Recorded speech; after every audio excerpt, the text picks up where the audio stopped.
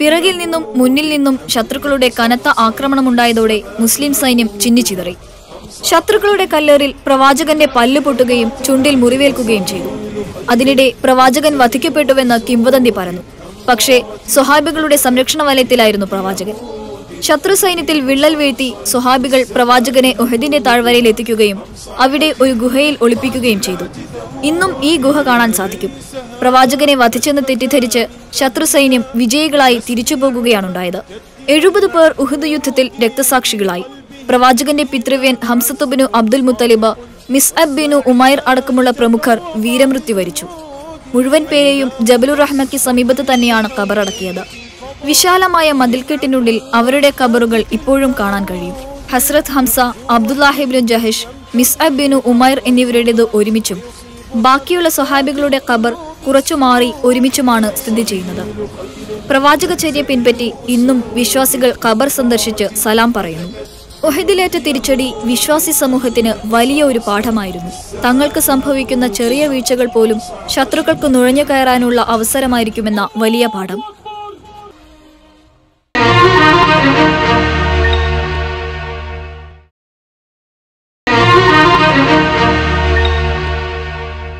ഏറെ രുചികരവും വില കൂടിയതുമായ ഈത്തപ്പഴമാണ് മദീനയിലേത്. നല്ല ചൂടുള്ള സമയമാണ് ഈത്തപ്പഴത്തിൻ്റെ വിളവെടുപ്പ് കാലം. ഇത്തവണ റമദാൻ കൂടി ഒരുമിച്ച് വന്നതോടെ തങ്ങളുടെ വിളവെടുപ്പിന് നല്ലൊരു ശതമാനവും പാവപ്പെട്ടവർക്കും പള്ളികളിൽ നോമ്പ് തുറക്കുമായി മാറ്റിവെക്കുകയാണ് ഇവിടുത്തെ കർഷകർ. ഒട്ടകങ്ങൾ വരി വരി വരിയായി, കാരക്കമരങ്ങൾ നിര നിര നിരയായി, ഒട്ടിട വീട്ടുയരത്തിൽ മലയുള്ള മരുഭൂമി വിലസിടുന്നു. ഈ മാപ്പിളപ്പാട്ടിൽ വർണ്ണിക്കുന്ന പോലെ കാരക്കത്തോട്ടങ്ങളുടെ നാടാണ് സൗദി അറേബ്യ. ഇവിടത്തെ പ്രധാന കാർഷിക വിളയാണ് ഈത്തപ്പഴം. 23 ദശലക്ഷം ഈന്തപ്പനകളാണ് സൗദിയിലെ തോട്ടങ്ങളിലുള്ളത്. ഹസീം, ബുറൈദ, അർഖർജ്, മദീന എന്നിവിടങ്ങളിലാണ് പ്രധാനമായും ഈത്തപ്പഴ കൃഷിയുള്ളത്. 1 ദശലക്ഷം ടൺ ഈത്തപ്പഴമാണ് സൗദിയിൽ നിന്ന് ഓരോ സീസണിലും ഉൽപ്പാദിപ്പിക്കുന്നത്. അജ്വ, സുക്കരി, അൻബർ, സൊഫാവി, റബിയ, മബ്രൂം, സുവൈദി തുടങ്ങി 100-ലധികം ഇനം ഈന്തപ്പഴങ്ങൾ ഈ മണ്ണിൽ വിളവെടുക്കുന്നു. ഈത്തപ്പഴങ്ങളിൽ ഏറെ ആവശ്യക്കാരുള്ളത് മദീനയിലെ ഈത്തപ്പഴത്തിനാണ്. വില കൂടിയതും ഗുണമേന്മയിൽ മികച്ചു നിൽക്കുന്നതുമാണ് മദീനയിലെ ഈത്തപ്പഴം. മദീനയിലെ ഏറ്റവും പ്രധാനപ്പെട്ട ഈത്തപ്പഴം അജ്വയാണ്. അജ്വയുടെ പ്രാധാന്യത്തെപ്പറ്റി പറയുന്ന നിരവധി പ്രവാചക വചനങ്ങളുണ്ട്. മദീനയിൽ മാത്രമേ അജ്വ ഉൽപ്പാദിപ്പിക്കുന്നുള്ളൂ. അതിനാൽ തന്നെ നല്ല വിലയാണ് അജ്വയ്ക്ക്. നല്ല ഇനം അജ്വയ്ക്ക് 60 റിയാൽ മുതൽ 120 റിയാൽ വരെ നൽകണം. മദീനയിലെ നല്ലൊരു വിഭാഗം ജനങ്ങൾക്കും സ്വന്തമായി ഈത്തപ്പഴത്തോട്ടങ്ങളുണ്ട്. അവരുടെ പ്രധാന വരുമാന മാർഗവും ഇതുതന്നെയാണ്. അതോടൊപ്പം അവർക്ക് ഇത് അഭിമാനവുമാണ്. തണുത്ത കാലാവസ്ഥയിൽ പൂവിട്ട് നല്ല ചൂട് സമയത്താണ് ഈത്തപ്പഴം വിളവെടുക്കുക. ഡിസംബർ ജനുവരി മുതൽ ജൂൺ ജൂലൈ വരെയാണ് ഈത്തപ്പഴത്തിന്റെ കൃഷി. अजी इधर इसका फूल कब आएगा और फल कब आएगा? ये जनवरी में ना इसका फूल शुरू हो जाएगा। अच्छा। और पूरा का पूरा 5 महीने ना इसका खिदमत होगा। 1.5 महीने इसका फूल चलेगा, उससे बाद इसका पानी वगैरह और ये जून में पकना शुरू हो जाएगा. അതിനാൽ ജൂൺ ജൂലൈ മാസങ്ങളിൽ വിളവെടുക്കുന്ന ഈത്തപ്പഴം വലിയ സംസ്കരണ കേന്ദ്രങ്ങളിലേക്ക് മാറ്റി ആവശ്യത്തിനനുസരിച്ച് വിൽപ്പന നടത്തുകയാണ് പതിവ്. റമദാൻ വിപണി ലക്ഷ്യമിട്ട് ലോകത്തിന്റെ വിവിധ ഭാഗങ്ങളിലേക്ക് കയറ്റി അയക്കുന്നതിനും സംസ്കരണത്തിനുമായി മദീനയിൽ നിരവധി ഫാക്ടറികളുണ്ട്. സൗദിയുടെ എല്ലാ പ്രദേശങ്ങളിൽ നിന്നും രാജ്യത്തിന് പുറത്തുനിന്നും ഇവിടേക്ക് ഈത്തപ്പഴം എത്തുന്നു. അങ്ങനെ ലോകത്തിലെ ഏറ്റവും വലിയ ഈത്തപ്പഴ വിപണന കേന്ദ്രമായി മദീന മാറുന്നു. കാരക്കയും ഈത്തപ്പഴവും കൂടാതെ നിരവധി ഉപ ഉൽപ്പന്നങ്ങളും വിറ്റഴിക്കപ്പെടുന്നു. ഹജ്ജ് കാലത്തും റമദാനിലുമായിരുന്നു മുൻകാലങ്ങളിൽ മദീനയിൽ ഈത്തപ്പഴം കൂടുതലായി വിൽപ്പന നടത്തിയിരുന്നതെങ്കിൽ ഉംറ തീർത്ഥാടനം വർദ്ധിച്ചതോടെ എല്ലാ കാലത്തും ഇപ്പോൾ വലിയ കച്ചവടം നടക്കുന്നുണ്ട്. മസ്ജിദുൻ നബവിക്ക് സമീപത്തായി ഈത്തപ്പഴ മാർക്കറ്റും 100 കണക്കിന് വിൽപ്പന കേന്ദ്രങ്ങളുമുണ്ട്. നിരവധി മലയാളികളും ഈ മേഖലയിൽ ജോലി ചെയ്യുന്നു. കേരളത്തിൽ നിന്നും ഹജ്ജ് ഉംറ തീർത്ഥാടനത്തിന്റെ ഭാഗമായി മദീന സന്ദർശനം നടത്തുമ്പോൾ നാട്ടിലേക്ക് ധാരാളം ഈത്തപ്പഴങ്ങൾ വാങ്ങിയാണ് മടങ്ങാറുള്ളത്. വില കുറഞ്ഞ ഇനം ഈത്തപ്പഴങ്ങളാണ് മലയാളികൾ കൂടുതലായും വാങ്ങാറുള്ളത്. അജ്വയ്ക്കും ആവശ്യക്കാരുണ്ടെന്ന് കടയുടമകൾ പറയുന്നു. മുഹറം മാസം മുതൽക്ക് ഇവിടെ ഈത്തപ്പഴക്കട സീസൺ ടൈം തുടങ്ങും. അപ്പോൾ മുഹറം മുതൽക്ക് തന്നെ ഉംറക്കാരാണ് ഏറ്റവും കൂടുതൽ മലയാളികൾ നമ്മൾ ഇതിൽ വരുന്നത്. പിന്നെ വരുന്നത് UAE ഭാഗങ്ങളിൽ നിന്നും ഖത്തർ, ദുബായ് ഈ ഭാഗങ്ങളെല്ലാം ഈത്തപ്പഴത്തിന് ആളുകൾ കൂടുതലിവിടെ വരാറുണ്ട്.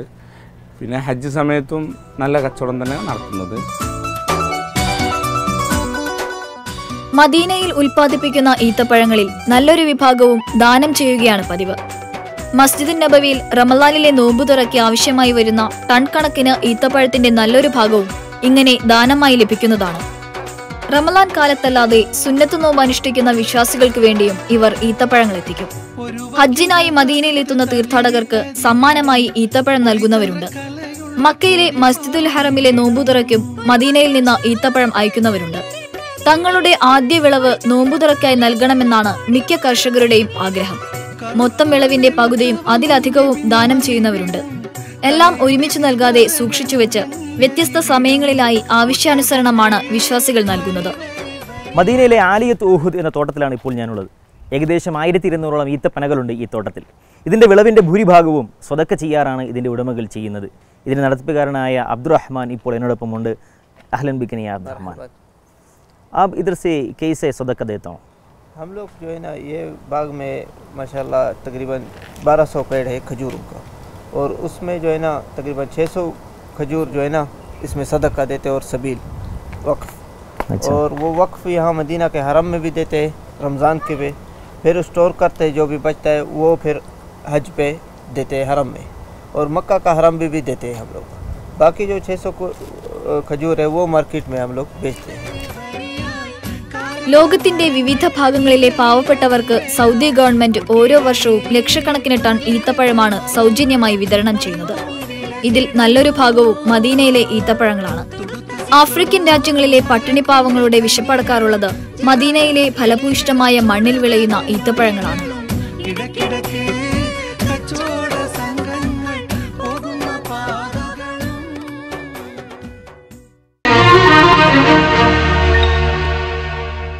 സൗദിയിലെ നോമ്പുകാലം ആത്മീയതയോടൊപ്പം ആഘോഷത്തിൻ്റെയും നാളുകളാണ്.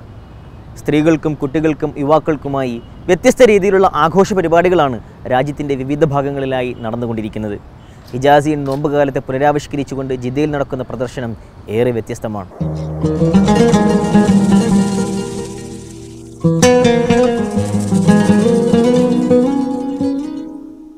ദിവസങ്ങൾക്കു മുൻപാണ് യുനെസ്കോയുടെ പൈതൃക പട്ടികയിൽ ജിദ്ദയിലെ പുരാതന നഗരിയായ ബലദ് പട്ടണം ഇടം പിടിച്ചത്.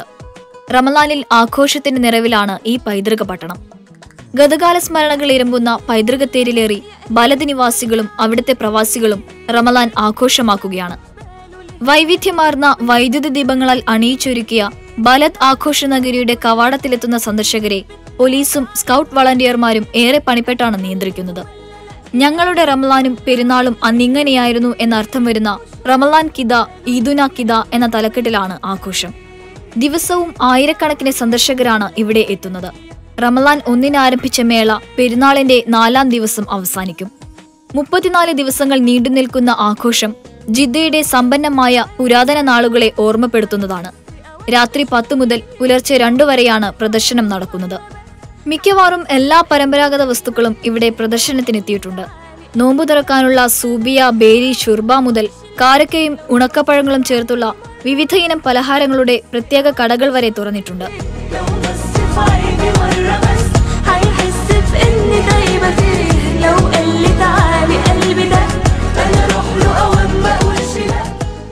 റമളാനിലേക്കും പെരുന്നാളിലേക്കും വേണ്ട മുഴുവൻ വിഭവങ്ങളും ലഭ്യമാക്കുന്ന പഴയ ചന്തയുടെ പരിച്ഛേദം സൂഖ് സമാനിൽ കാണാം.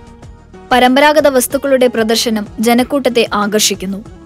പുരാതന വസ്ത്രങ്ങൾ, സംഗീതോപകരണങ്ങൾ, കളിക്കോപ്പുകൾ, വീട്ടുസാധനങ്ങൾ, ഭക്ഷ്യവിഭവങ്ങൾ, പാനീയങ്ങൾ തുടങ്ങി സൗദി പാരമ്പര്യത്തനിമ വിളിച്ചോതുന്ന അതിമനോഹരമായ പ്രദർശന സ്റ്റാളുകളും സന്ദർശകരെ ആകർഷിക്കുന്നുണ്ട്. പഴയകാല സൗദിയിലെ നോമ്പുതുറയുടെ അവിഭാജ്യ ഘടകമായ കടല കൊണ്ടുണ്ടാക്കിയ ബലീലയുടെ ബസ്തകൾ തെരുവുകളിൽ അണിനിരന്നിട്ടുണ്ട്. ഇഫ്താറിനും അത്താഴത്തിനും പരമ്പരാഗത അറബ് വിഭവങ്ങൾ ലഭ്യമാക്കിയ പ്രത്യേക ഭക്ഷണശാലകളും മേളയിലുണ്ട്. കരൾ വിഭവമായ നാടൻ കിബ്ദ പ്രത്യേക രീതിയിൽ തയ്യാറാക്കിയാണ് നൽകുന്നത്. കുടുംബസമേതം റമളാൻ രുചി നുകരാനെത്തുന്നവർക്കിടയിൽ ഇതിന് വൻ സ്വീകാര്യതയാണ്.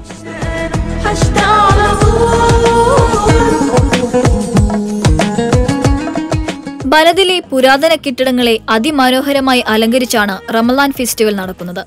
നാടൻ കലകളുടെ മേളയാണ് റമളാൻ ഫെസ്റ്റിവൽ എന്ന് പറയാം. അണിഞ്ഞൊരുങ്ങിയ കുരുന്നുകൾ അവതരിപ്പിക്കുന്ന നാടൻ പാട്ടുകളുടെ ശീലുകൾ മുതിർന്നവർ അവതരിപ്പിക്കുന്ന നാടൻ നൃത്തങ്ങൾ, കരകൗശല വസ്തുക്കൾ വിറ്റുനടക്കുന്ന നാടോടികൾ, അങ്ങനെ ആകർഷണീയമായ ധാരാളം കൗതുക കാഴ്ചകൾ നിറഞ്ഞതാണ് ബലദ് റമളാനുന കിദ ആഘോഷം.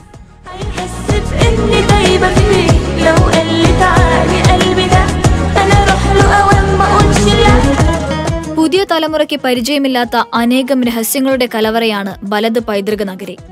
ജിദ്ദയിലെ പുരാതന ധനാഢ്യരായ കുടുംബങ്ങളുടെ ശേഷിപ്പുകളായ നിരവധി കെട്ടിടങ്ങളും ഇവിടെയുണ്ട്. മരത്തടി കൊണ്ട് പണിത പ്രത്യേകതരം ജനലുകളുള്ള ഈ കെട്ടിടങ്ങൾ വാസ്തുവിദ്യ വിളിച്ചറിയിക്കുന്നവയാണ്. ഇന്ത്യയിൽ നിന്നുള്ള നാടൻ വിദഗ്ധരാണ് ഇവ പണിതതെന്ന് അബീർ പറഞ്ഞു. റമളാൻ ഫെസ്റ്റിവൽ പുതിയ തലമുറയെയും പഴയ തലമുറയെയും സാംസ്കാരികമായി പരസ്പരം ബന്ധിപ്പിക്കാൻ സഹായകരമാകുമെന്ന് ഹൈഷാം, ഹൈമദലും തുടങ്ങിയ പുരാതന മേഖലകളടങ്ങിയ ബലദ് മേയർ മലക് മഹ്മൂദ് ബായിസ പറഞ്ഞു.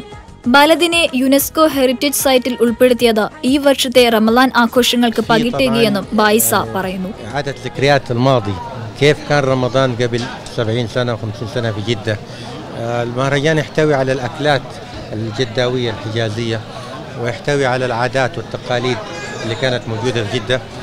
സ്വദേശികളും വിദേശികളുമായി 1 ലക്ഷം സന്ദർശകരാണ് ഹിജാസിയൻ പാരമ്പര്യത്തനിമ ആസ്വദിക്കാൻ ബലദിലെ ചരിത്ര നഗരിയിൽ എത്തിച്ചേരുകയെന്നാണ് സംഘാടകരുടെ പ്രതീക്ഷ.